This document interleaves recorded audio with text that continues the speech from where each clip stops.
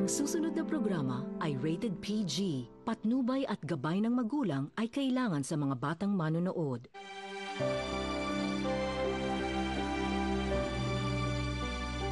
Paano naman ako matatahimik? Kung alam kong nahihirapan ka sa piling ng anak ni Emilio Rojas. I don't care, Mommy! Si Mark ang mahal ko! Hintay ka lang.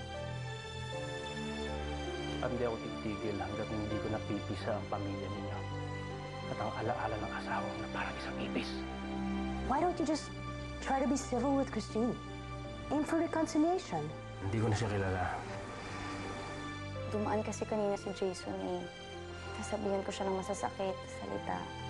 Dinadagdagan mo pa lalo yung mga problema ko. Feeling ko dapat magkalapit tayo pero nagkakalayo pa tayo sa nangyayari sa'yo.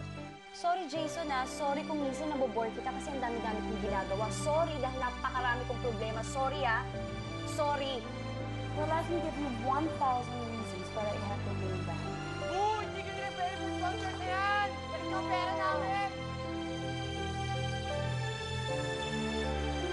Nahuli ang anak mo for inciting a riot sa benefit concert. Hindi na kasi malaman ng daddy mo kung anong gagawin niya sa'yo. Tuloy, nakinig na siya kay Donald. Wala daddy mo. So, ikaw ang pinagpampiyansa na sa akin. Napag-isip-isip ng daddy mo, siguro mas mabuti kung magpalamig ka muna dito sa kulungan. Andres, sorry nasira namin yung benefit concert ha. Ako nga dapat mag-sorry sa'yo eh. Makapagsuot ka ng alas? Akala mo kung sino ka? Ay! Oh my God! My God! Para sa akin!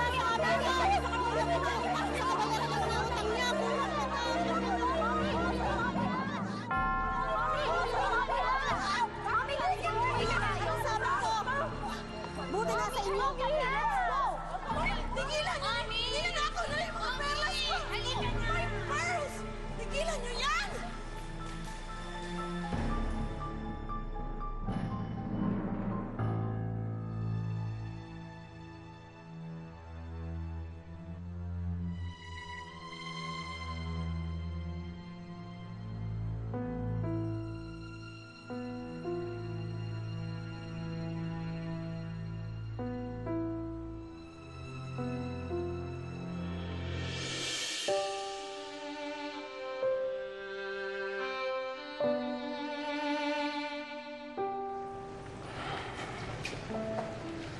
Sinasabi ko na nga ba nandito ka na naman? Ha?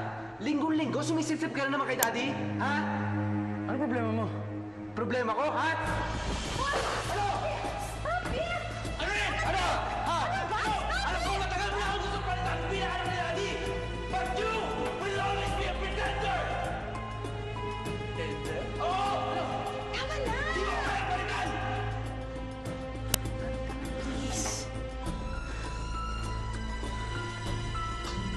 Ano ba nangyari sa mami niyo?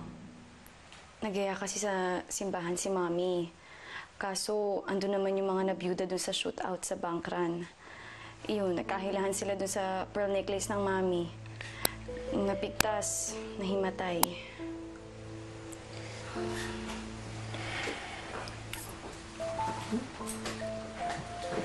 Doc, kamusta na po si Mommy? Masyadong tumaas ang blood pressure niya dahil sa stress. Actually, nahirapan ako sa pagtingin sa kanya kanina dahil sa sobrang dilim. May sira bang wiring niya dito? Alam nyo, very fragile pa ang mommy ninyo.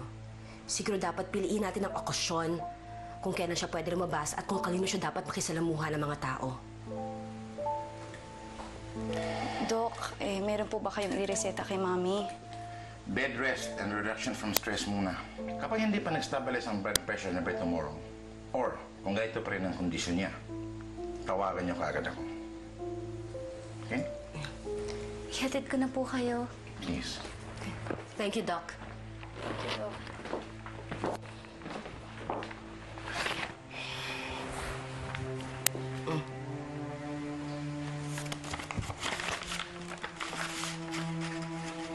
Tita Lovely, para saan po ito? Pambayad ng ilaw?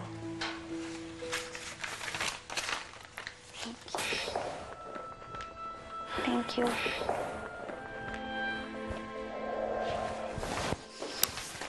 Thank you. Salamat. Promise, tita, babayaran kita kaagad. Ano ka ba? Huwag muna isipin yon.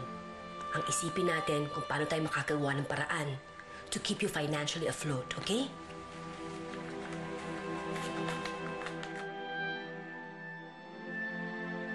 Ano naman itong kabalastugang ginawa mo kay Donald? Hindi pa ba sapat na inakyat mo ito sa pamilyang ito sa kahihiyan nung makulong ka? Sige, kampihan nyo ba isip-sip na yun? I'm sure na brainwash na kayo nun! Paul! O saan pupunta? Hindi pa tayo tapos mag-usap! Mark, ano ba? Huwag mo nang palalain yung problema. Ikaw, ano gagawin mo? Kailangan matulungan yung bata yung leksyon. Kailangan parusahan yan! Oh, and how's your punishment working out for you? Mark, revoking his Facebook privileges, that's a punishment. I-ground mo siya. Punishment yon. Pero yung iniwan mo siyang mabulok sa kulungan, hindi punishment yon, Mark. Betrayal yon. Hindi ikabubuti ng anak mo yung ginawa mo. Lalo lang niyang iisipin na hindi ka niya maaasahan bilang ama. Yung pag gusto mo,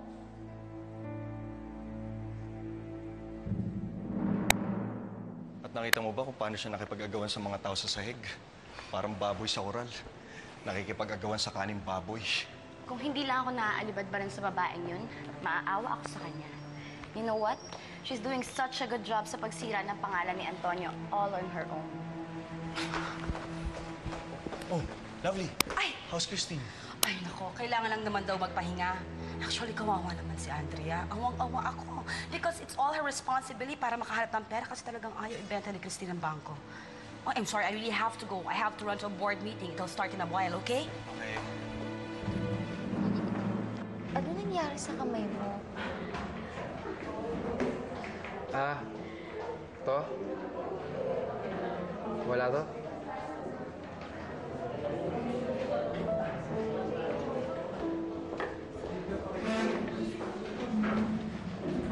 Class, just a reminder, this week ay field trip na natin to collect a specimen of plants and for life for lab analysis. You are all required to go. Please distribute to your statements. Nakasulat dyan sa form ang mga charges na kailangan yung bayaran for transportation and food sa venue.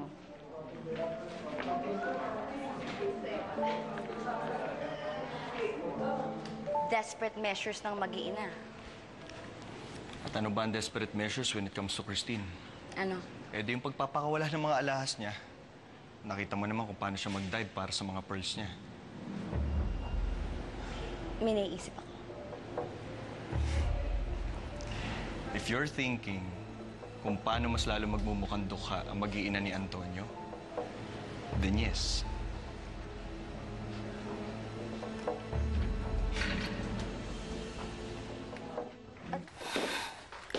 Porke ba wala na kaming gwardya sa harapan? Akala mo pwede ka nang lumabas-pasok sa aming bahay? As you please. Eh, Christine, makinig ka muna. Kung ang balak mo, kamkamin ang bangko ng asawa ko. The answer is still no. Hindi yan ang pinunta ko rito. Alam kong meron akong nasabi sa'yo hindi maganda nung isang araw. And as a sign of my token of apology, para sa ito.